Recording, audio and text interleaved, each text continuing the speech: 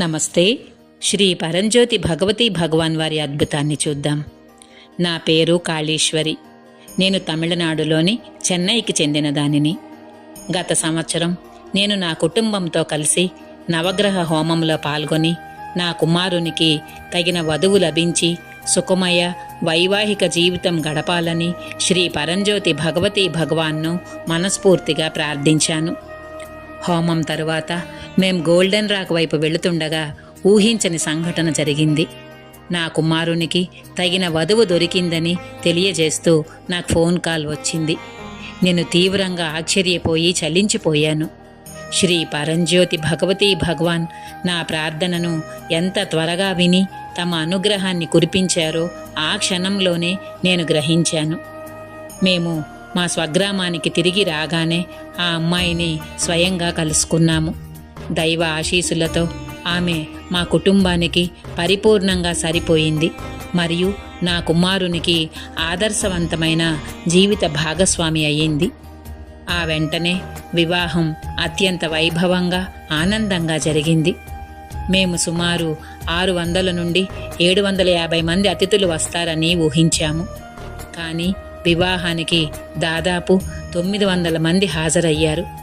భోజన ఏర్పాట్లు ఎలా చేయాలోనని నాకు ఆందోళన కలిగింది. సంపూర్ణ శరణాగతితో నేను హృదయపూర్వకంగా ప్రార్థించాను. ఇది మీ కుటుంబ కార్యక్రమం, మీరే ప్రతీదీ చూసుకొని దీనిని విజయవంతం చేయాలి. శ్రీ పరంజ్యోతి భగవతీ భగవాన్ వారి అనుగ్రహంతో ప్రతి ఒక్క అతిథికి తృప్తిగా భోజనం వడ్డించబడింది. చాలామంది ఏర్పాట్లను మెచ్చుకున్నారు మరియు భోజన నాణ్యతను ప్రశంసించారు.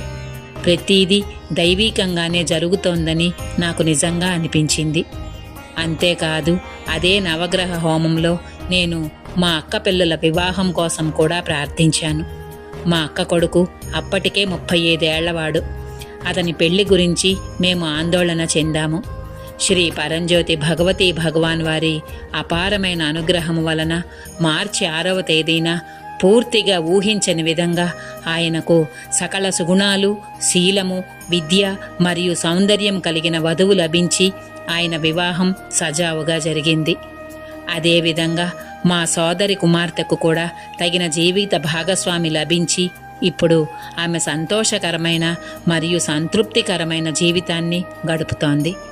కేవలం 1 సంవత్సరంలోనే శ్రీ పరంజ్యోతి భగవతీ భగవాన్ మాపై అపారమైన అనుగ్రహాన్ని, కరుణను కురిపించి మా కుటుంబానికి 3 వివాహాలను ప్రసాదించారు.